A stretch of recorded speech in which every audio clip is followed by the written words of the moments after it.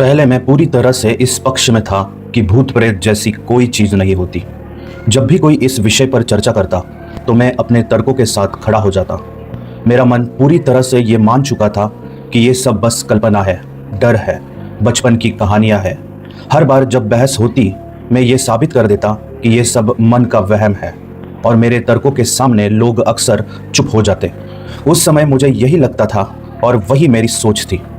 मेरे कुछ तर्क इतने मजबूत होते कि सुनने वाला सोच में पड़ जाए। जैसे अगर मरने के बाद लोग आत्मा या भूत बनते हैं तो जब से इंसान इस धरती पर आया है तब से कितनी ही मौतें हो चुकी है।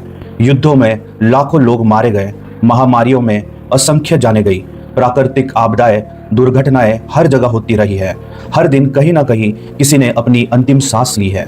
अगर हर मृत्यु आत्मा में बदल जाती तो आज धरती पर आत्माओं की इतनी भारी भीड़ होती कि जिंदा इंसानों के लिए जगह ही नहीं बचती, सांस लेना तक कठिन हो जाता। पर ऐसा कभी महसूस नहीं होता।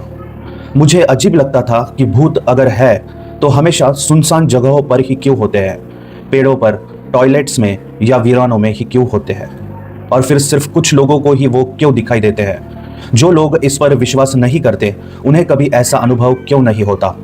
क्या आत्माएं चुनती है कि किसे दिखना है या ये सब मन की उपज है? इन सवालों ने मुझे अपने तर्क पर और मजबूत बना दिया। लेकिन फिर एक वक्त ऐसा आया जब मैंने खुद ही इस विषय पर गहराई से पढ़ना शुरू किया। जैसे जैसे अध्ययन बढ़ा वैसे वैसे सोच भी बदलने लगी। विज्ञान एक बात हमेशा कहता है, ऊर्जा कभी नष्ट नहीं होती, वो बस एक रूप से दूसरे रूप में बदल जाती है। तो अगर जीवन एक ऊर्जा है तो मृत्यु के बाद भी उसका कोई ना कोई रूप तो जरूर होना चाहिए, और शायद वही आत्मा कहलाती है।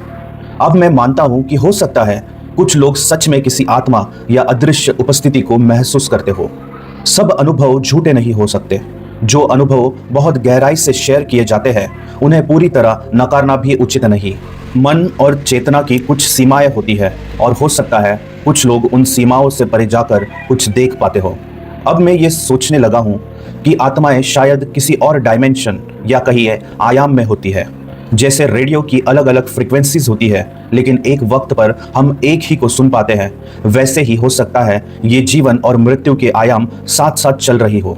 एक जिंदा लोग और मर चुकी आत्माएं एक ही जगह पर हो, बस हम एक दूसरे को देख नहीं पाते। और जब कभी इन आयामों में कोई गड़बड़ी आती है तब कुछ क्षणों के लिए दोनों एक दूसरे से जुड़ जाते हैं। यही पल भूत दिखने का अनुभव बन जाते हैं। जैसे जिंदा इंसानों में अच्छे और बुरे दोनों होते हैं वैसे ही आत्माएं भी भिन्न हो सकती है, कुछ शांत, कुछ दुखी, कुछ उलझी हुई, जिनका जुड़ाव अब भी इस संसार से बचा हुआ है। हो सकता है कुछ आत्माएं अपने अधूरे काम या भावनाओं के वजह से इस जीवन से पूरी तरह मुक्त नहीं हो पाई हो और उन्हीं की उपस्थिति कभी कभी महसूस होती है।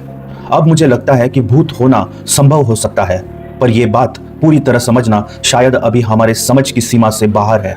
ये एक अलग आयाम की वास्तविकता हो सकती है जिसे समझना अभी मानव समझ से परे है।